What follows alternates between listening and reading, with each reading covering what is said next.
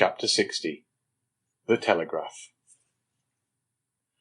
Monsieur and Madame de Villefort found on their return that the Count of Monte Cristo, who had come to visit them in their absence, had been ushered into the drawing-room, and was still waiting for them there.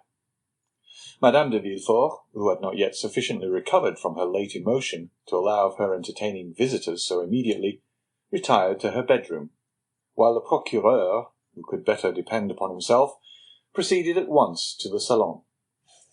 Although Monsieur de Villefort flattered himself that to all outward view he had completely masked the feelings which were passing in his mind, he did not know that the cloud was still lowering on his brow, so much so that the Count, whose smile was radiant, immediately noticed his sombre and thoughtful air. "Ma foi," said Monte Cristo, after the first compliments were over, "what is the matter with you, Monsieur de Villefort? Have I arrived at the moment when you are drawing up an indictment for a capital crime?" Villefort tried to smile. "No, Count," he replied. "I am the only victim in this case. It is I who lose my cause, and it is ill luck, obstinacy, and folly which have caused it to be decided against me." "To what do you refer?" said Monte Cristo, with well-feigned interest. "Have you really met with some great misfortune?" "Oh no, monsieur," said Villefort with a bitter smile. "It is only a loss of money which I have sustained. Nothing worth mentioning, I assure you." "True," said Monte Cristo. "The loss of a sum of money becomes almost immaterial with a fortune such as you possess, and to one of your philosophic spirit." "It is not so much the loss of the money that vexes me," said Villefort, "though after all 900,000 francs are worth regretting. But I am the more annoyed with this fate, chance, or whatever you please to call the power which has destroyed my hopes and my fortune, and may blast the prospects of my child also, as it is all occasioned by an old man relapsed into second childhood." "What do you say?" said the Count. 900,000 francs! It is indeed a sum which might be regretted even by a philosopher. And who is the cause of all this annoyance?" "My father, as I told you." "Monsieur Noirtier? But I thought you told me he had become entirely paralyzed, and that all his faculties were completely destroyed." "Yes, his bodily faculties, for he can neither move nor speak. Nevertheless, he thinks, acts, and wills in the manner I have described. I left him about 5 minutes ago, and he is now occupied in dictating his will to 2 notaries." "But to do this he must have spoken." "He has done better than that. He has made himself understood."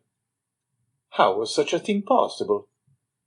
"By the help of his eyes, which are still full of life, and, as you perceive, possess the power of inflicting mortal injury." "My dear," said Madame de Villefort, who had just entered the room, "perhaps you exaggerate the evil." "Good morning, madame," said the Count, bowing. Madame de Villefort acknowledged the salutation with one of her most gracious smiles. "What is this that Monsieur de Villefort has been telling me?" demanded Monte Cristo. "And what incomprehensible misfortune?" "Incomprehensible is not the word," interrupted the procureur, shrugging his shoulders. "It's an old man's caprice." "And there is no means of making him revoke his decision?" "Yes," said Madame de Villefort, "and it is still entirely in the power of my husband to cause the will which is now in prejudice of Valentine to be altered in her favour." The Count, who perceived that Monsieur and Madame de Villefort were beginning to speak in parables, appeared to pay no attention to the conversation, and feigned to be busily engaged in watching Edward, who was mischievously pouring some ink into the bird's water-glass. "My dear," said Villefort in answer to his wife, "you know I have never been accustomed to play the patriarch in my family, nor have I ever considered that the fate of a universe was to be decided by my nod. Nevertheless, it is necessary that my will should be respected in my family, and that the folly of an old man and the caprice of a child should not be allowed to overturn a project which I have entertained for so many years.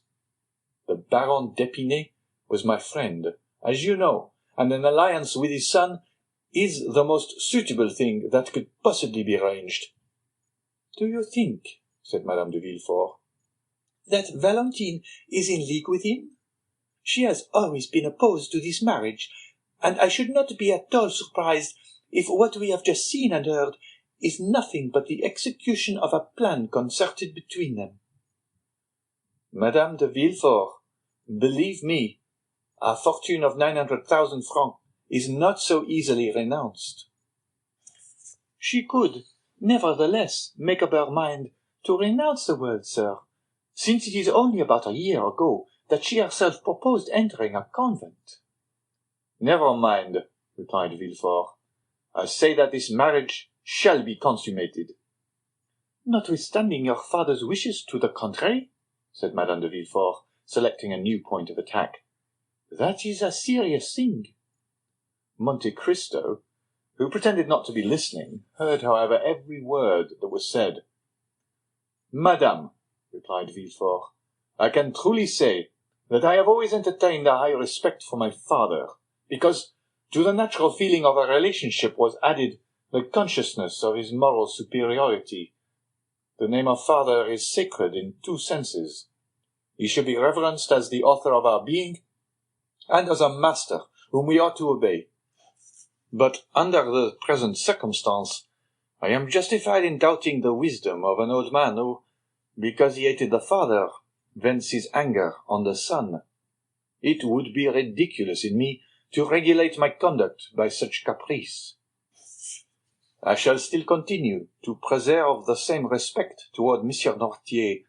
I will suffer, without complaint, the pecuniary deprivation to which he has subjected me, but I shall remain firm in my determination, and the world shall see which party has reason on his side.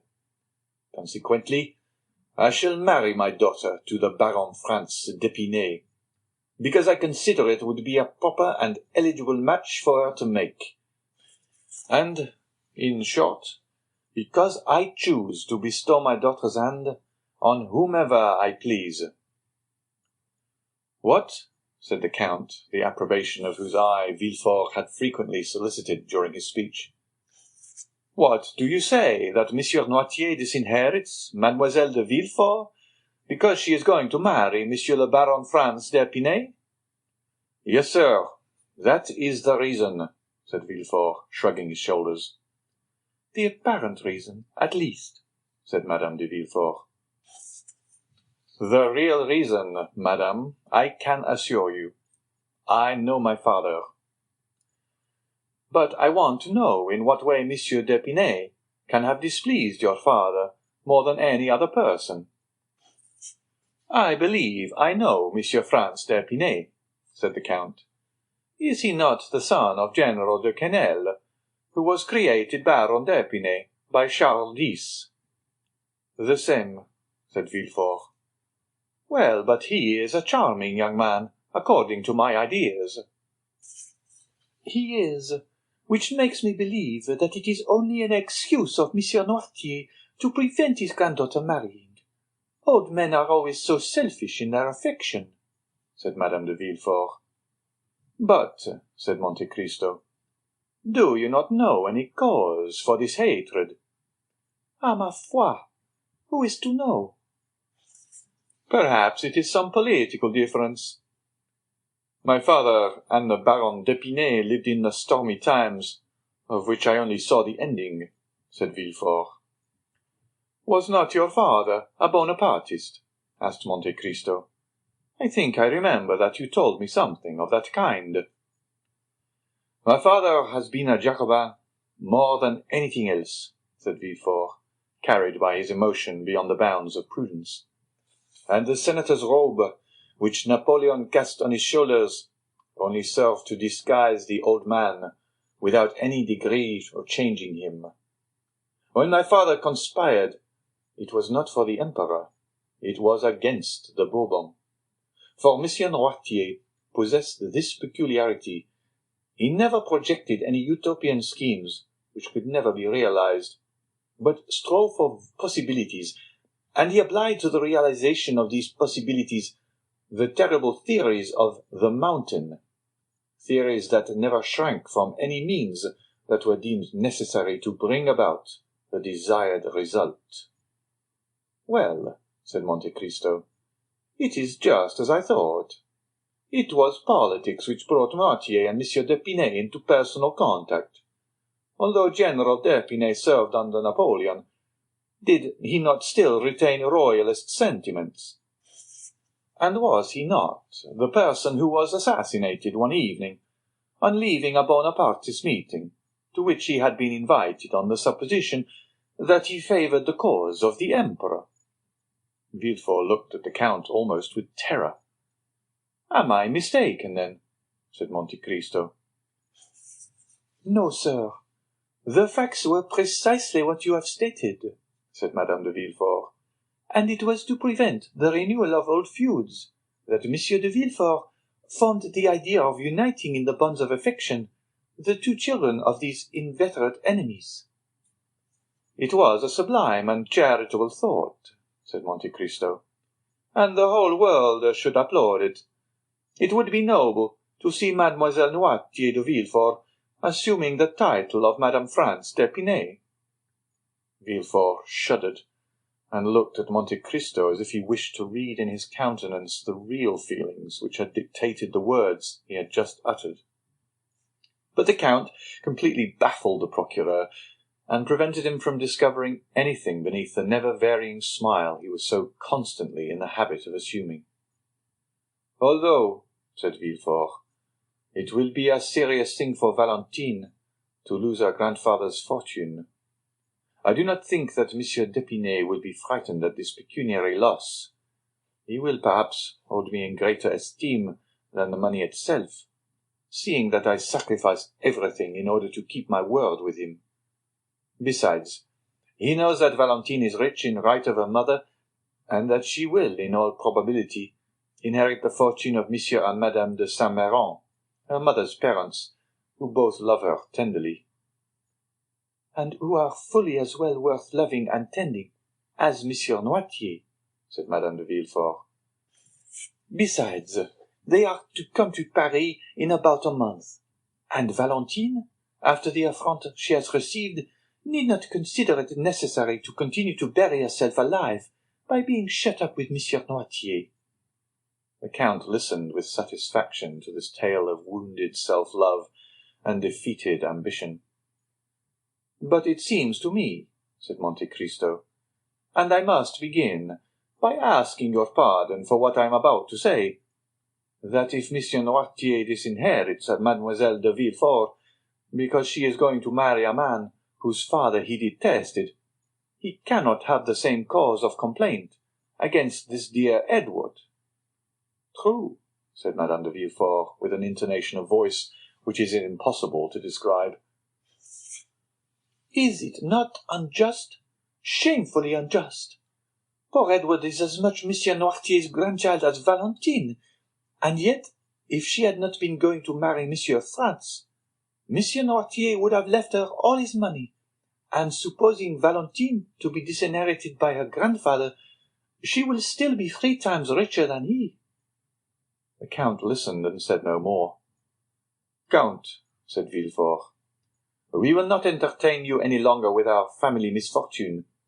It is true that my patrimony will go to endow charitable institutions, and my father will have deprived me of my lawful inheritance, without any reason for doing so, but I shall have the satisfaction of knowing that I have acted like a man of sense and feeling. Monsieur d'Épinay, to whom I promise the interest of this sum, shall receive it, even if I endure the most cruel privations." "However," said Madame de Villefort, returning to the one idea which incessantly occupied her mind, "perhaps it would be better to explain this unlucky affair to Monsieur d'Épinay, in order to give him the opportunity of himself renouncing his claim to the hand of Mademoiselle de Villefort." Ah, that would be a great pity, said Villefort. A great piety, said Monte Cristo. Undoubtedly, said Villefort, moderating the tone of his voice. A marriage once concerted, and then broken off, throws a sort of discredit on a young lady. Then again, the old reports which I was so anxious to put an end to will instantly gain ground. No, it will all go well. Monsieur d'Épinay, if he is an honourable man, will consider himself more than ever pledged to Mademoiselle de Villefort, unless he were actuated by a decided feeling of avarice, but that is impossible. I agree with Monsieur de Villefort, said Monte Cristo, fixing his eyes on Madame de Villefort.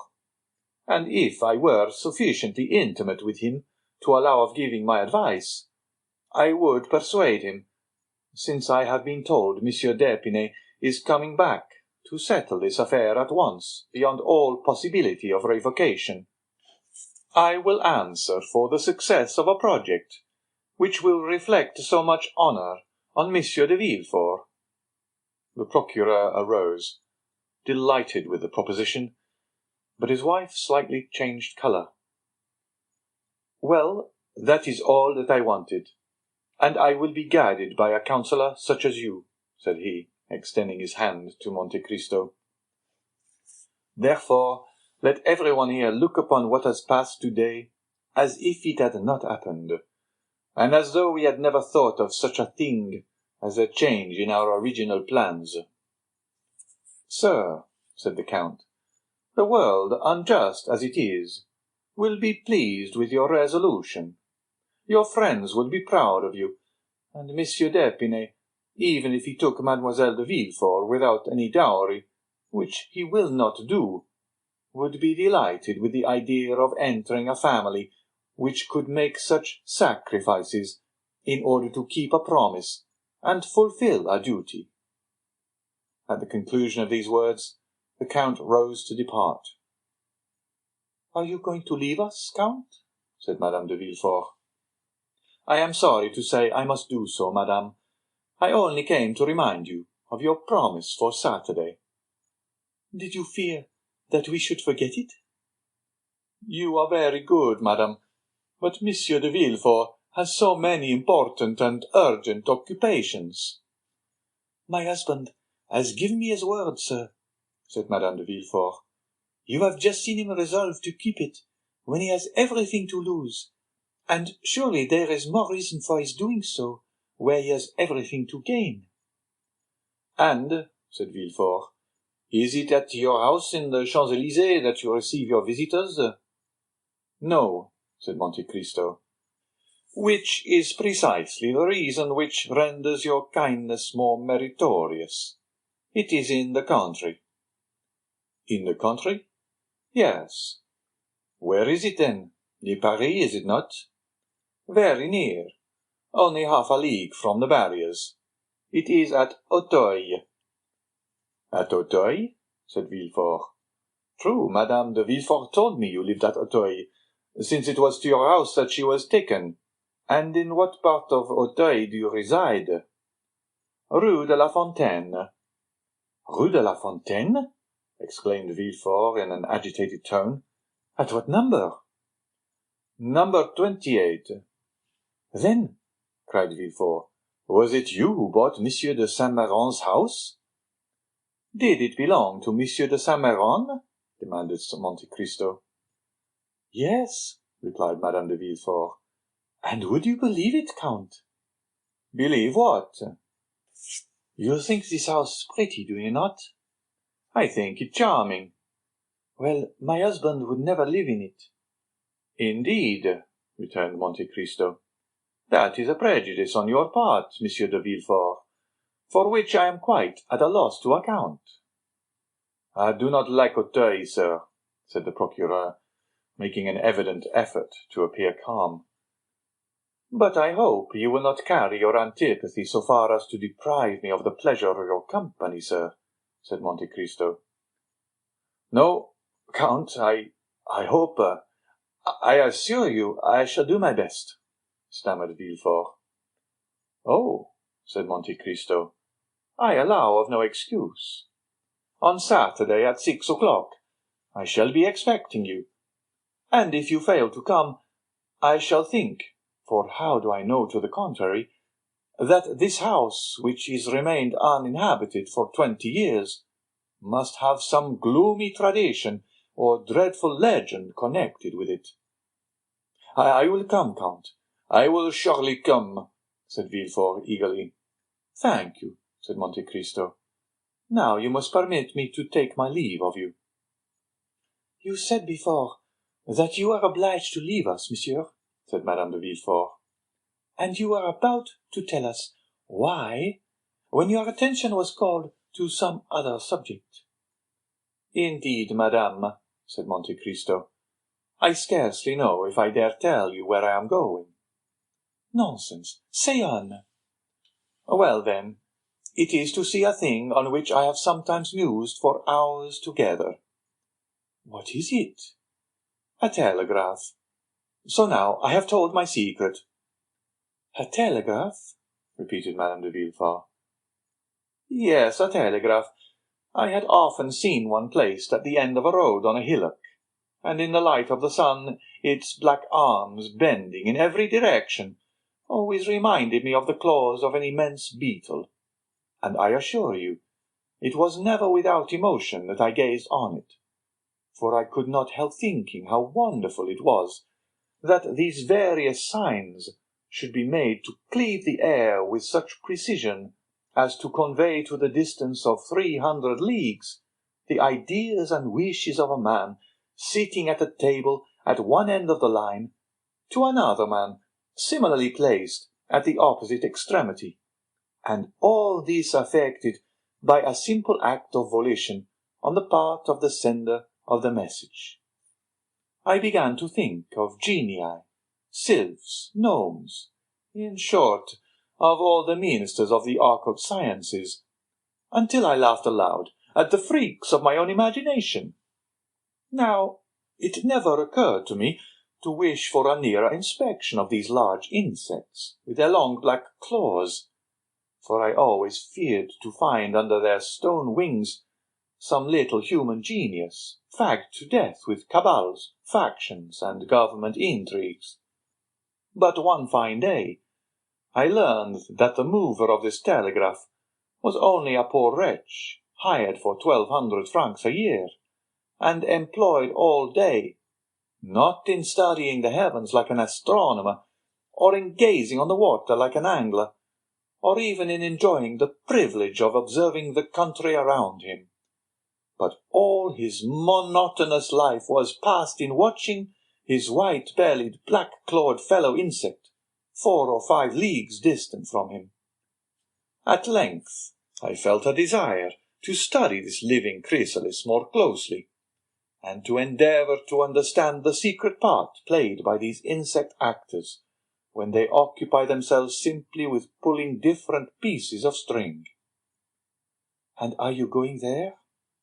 "I am." "What telegraph do you intend visiting? That of the Home Department, or of the observatory?" "Oh, no.